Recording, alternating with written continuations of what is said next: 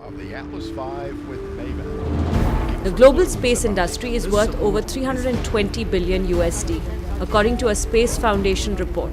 Although the Indian government's space exploration agency, ISRO, has had tremendous success in launching satellites using indigenously developed satellite launch vehicles, even a successful Mars orbiter mission, it has less than a 0.5% share of the global commercial space market. Clearly, there's a lot of room for growth and potential for private sector companies to stage a play in this space. Hello and welcome to India's Game Changers. I'm Nirith Alva. In today's episode, I'm in Bengaluru, India's Silicon Valley, checking out a startup that has ambitious space exploration plans. In fact, it's racing quite literally to the moon.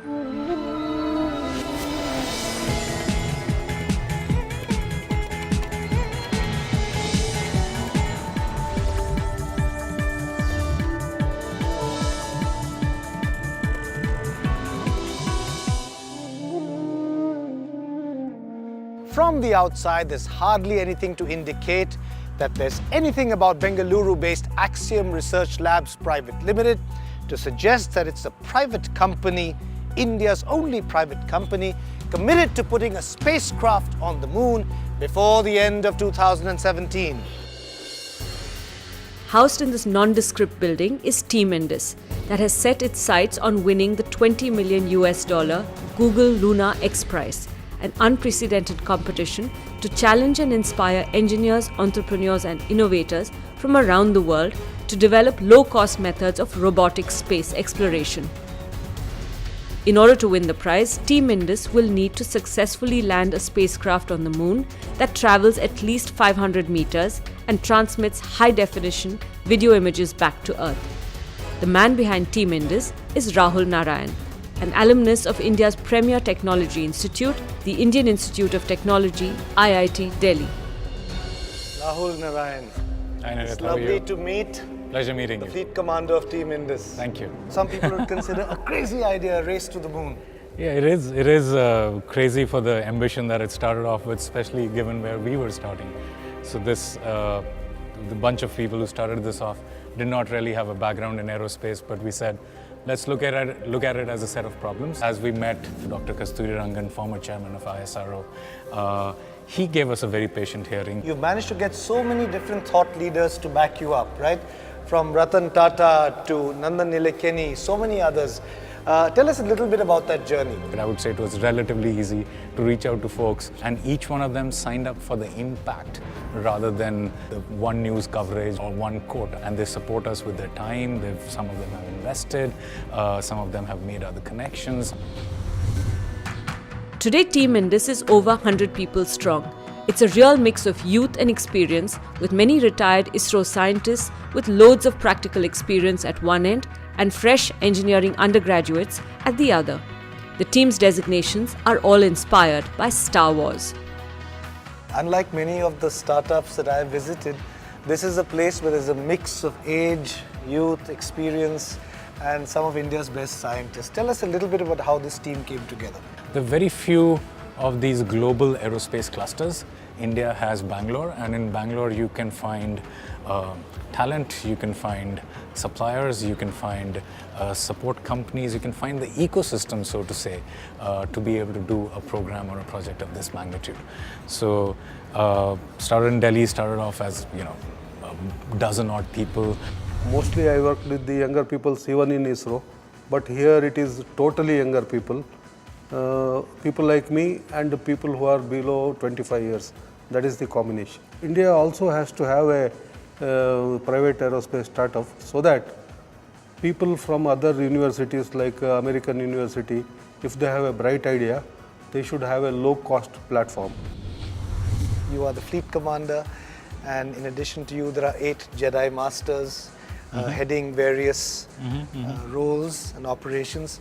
Tell us a little bit about that classification. For us, I think this was a great opportunity to say this is not science fiction, this is engineering reality, and why not wear your title on your sleeve? Other than the Jedi Masters, we have Jedi Commanders, we have Troopers, we have Skywalkers, we have a whole bunch of these titles that we use, and it just keeps things more interesting.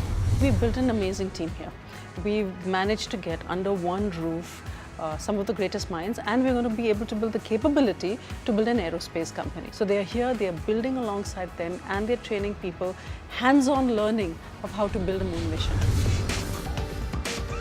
Team Indus has raised a lot of money from over 75 of India's best-known angel investors, like iSpirit founder Sharad Sharma and Nandan Nilekani, one of the founders of India's best-known IT companies, Infosys. And what I like about Team Indus is here's a bunch of young people doing what typically governments have done, like the US government or the Soviet government or the Chinese government. They've come so far, they have signed a contract with ISRO. And so I think the fact that these young people are so fired to do something so audacious is what attracted me to Team Indus.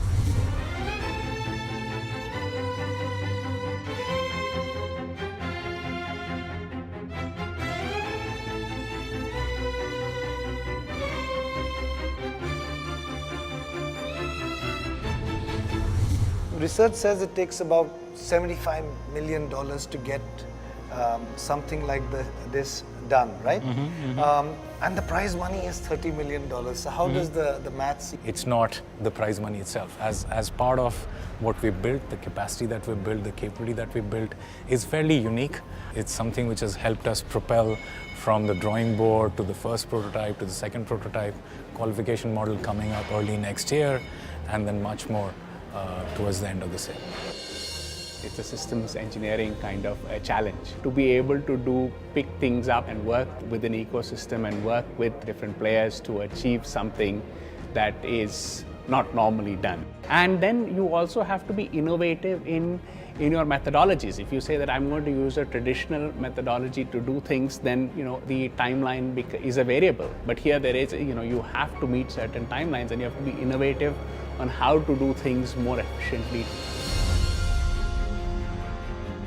Team Indus seems to be on the right track, as demonstrated by its being one of the only 3 teams in the competition to win a $1 million milestone prize for its lunar lander technology. I understand that this is a model of the lunar lander. That's correct. And this one team in this, a $1 million prize from Google. Absolutely. Can you tell us a little bit about it and how you guys felt? Absolutely. So across the world, we were one of the 3 teams shortlisted to be able to demonstrate that we know how to make something launch and how to make something land. We had a jury, international jury, about 4 out of 9 judges came here to look at what we had done. But that was a great moment. That was huge validation for all the effort. I think all those people stood validated because they were doing it to support something which was globally relevant.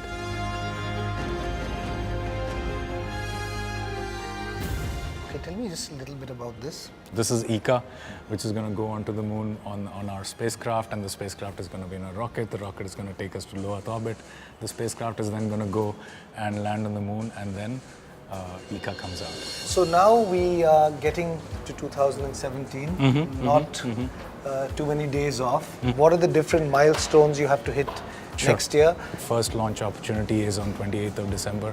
It's a 20-minute window. There's a bunch of stuff happening in the background which needs to all come into place at the right time, including the whole integration part of it, all these components that have been procured internationally. They have to come in, they have to go through quality testing. The mission operations needs to undergo a lot of rehearsal. Only time will tell if Team Indus's moon mission wins the Google Luna X Prize. The question is, what if it doesn't? Does Team Indus have a life beyond the race to the moon? And how will it transform itself into a major league commercial space company once the focus shifts from the moon mission to more mundane things like revenues and profits? Everything at the moment is geared up towards the race, and winning that race. What happens after December 2017? As long as we can do this and do this well, great things will come out of it. So that's the holding line over there. We have positioned ourselves to be able to do interplanetary missions. We've positioned ourselves to be able to manufacture and manage satellites. I would even go ahead and say satellite constellations. So that's definitely a way moving forward for us. Rahul Narayan, thank you very much. It's been a pleasure meeting you. Pleasure talking to you. Thanks a lot. It is said you need a larger-than-life mission to fire up your team and create a unique brand. Well, Rahul and Team Indus certainly have a challenge that's both larger than life and extremely challenging. Whether they win the Google Lunar X Prize or not, you can be sure of one thing: they are certainly going to be game changers in the space industry. May the force be with them. Coming up, meet Gaurav Deepak, founder and MD of Avendus Capital, that has raised over 10 billion USD for over 200 startups. And Chumbak, making Indian pop art cool with a whole range of funky products.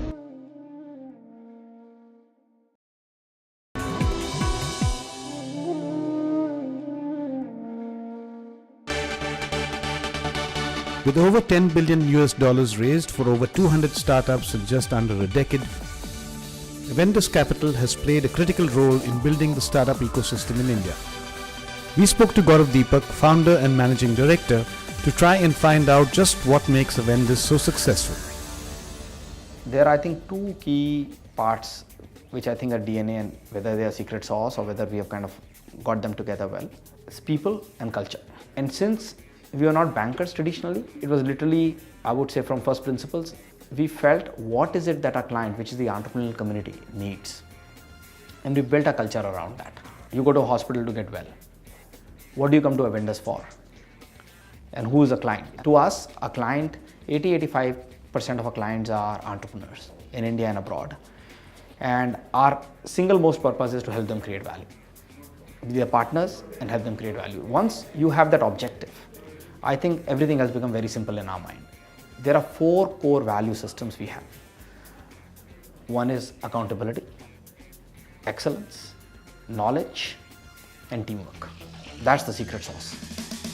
As someone who has vetted hundreds of startup plans, Gaurav is admirably placed to provide an overview of why the startup ecosystem in India has exploded.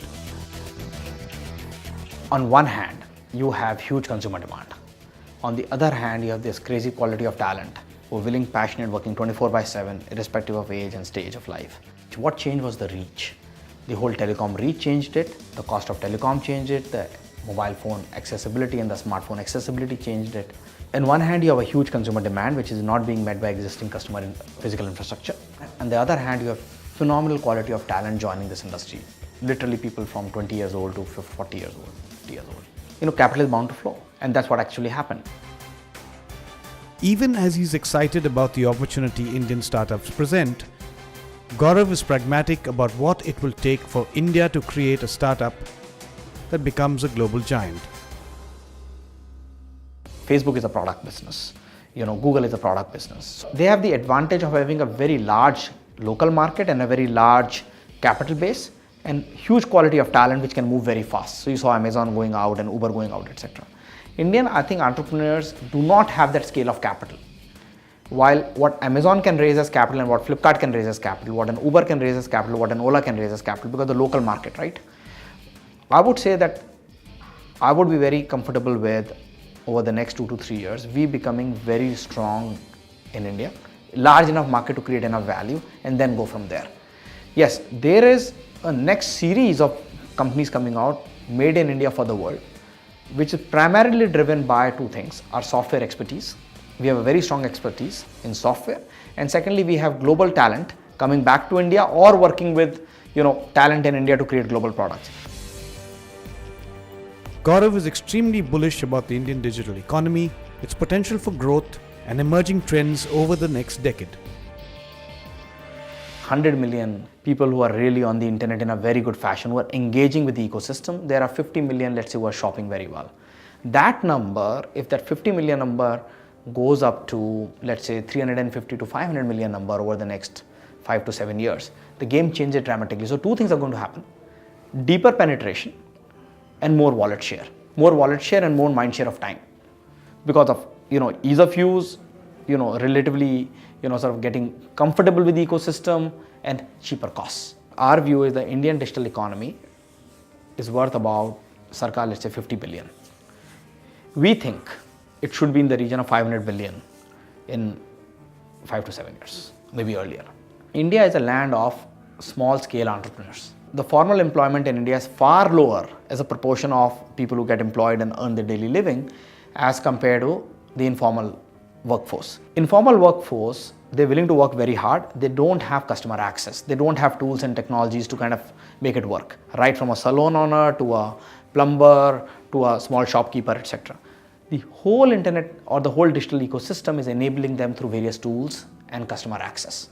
So to me, it is not so even about creating some new infrastructure, but enabling the whole ecosystem to produce more and more efficiently.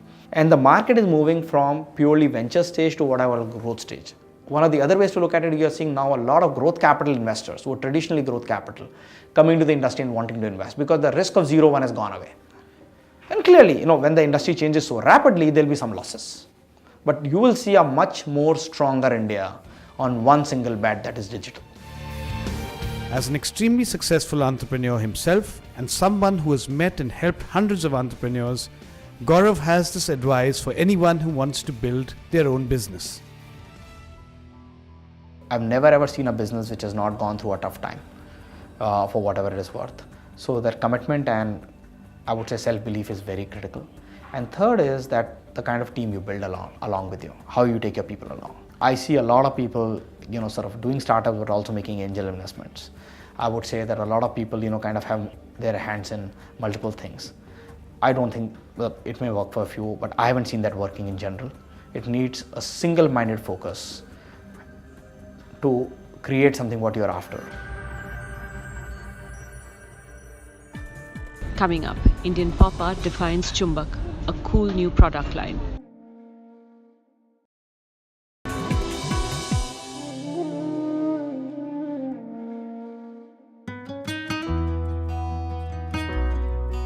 Everyday objects designed with a modern, quirky Indian aesthetic. That's Chumbak.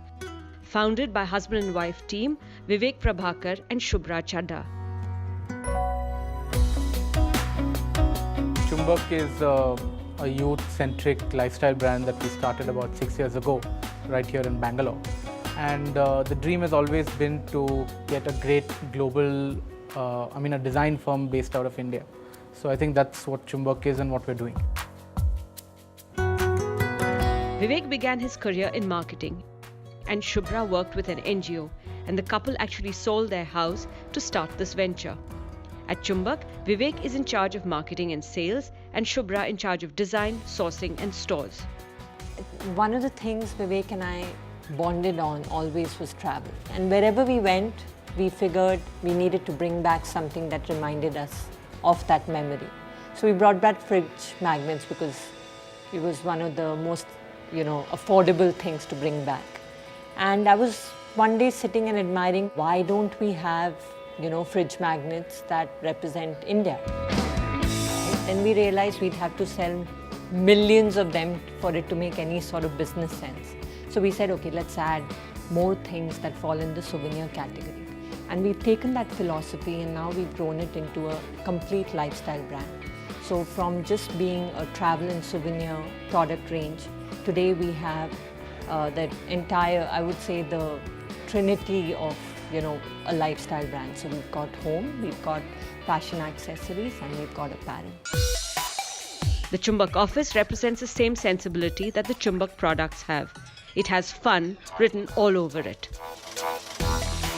We ourselves are people who love great design, right? And we said, while it's great to see it on a wall art or something, why can't we see it on everyday objects? So whether it's the coffee mug that she uses first thing in the morning, or the dress that she puts on, or the bed sheet that she takes and sleeps at night, everything has an element of design that she appreciates that makes her happy. I might have traveled to a particular place, a couple of months before, and I remember seeing this piece of pottery that I really loved. I might come back and the next time I'm designing or illustrating something for a product, I might be thinking, what, I really love the color combination that I spotted there. How can I kind of, interpret it in a way that other people will also enjoy it and relate to it.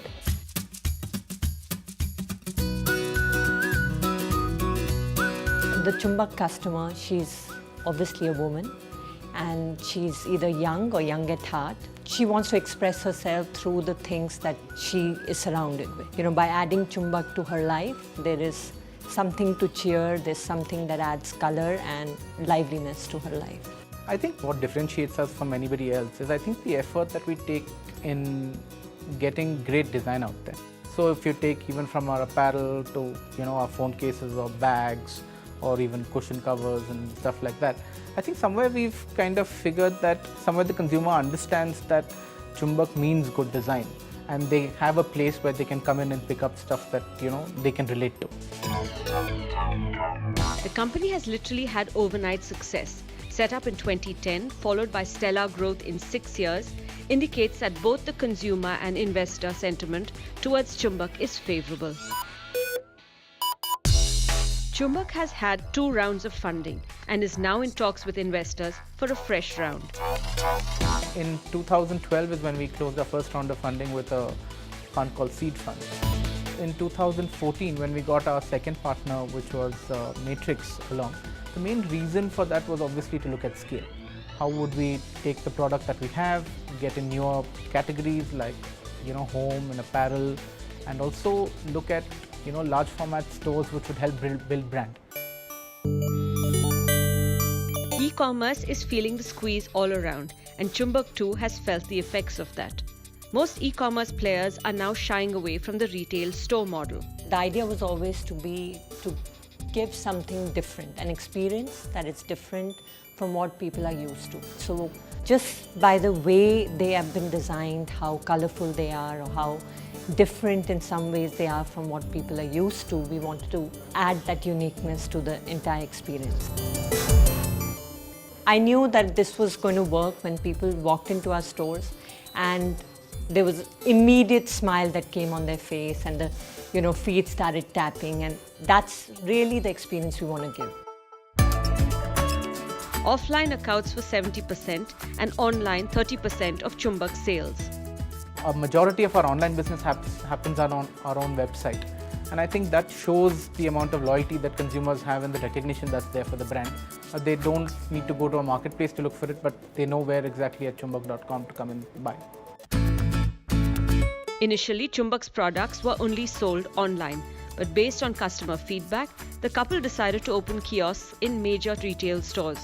Currently, Chumbak also has flagship stores in 6 major cities, including Bengaluru and Delhi, and over 35 pop-up stores in major malls across India. For the next year or so, there's a lot more expansion happening in India itself. We're going to be opening stores all across the country.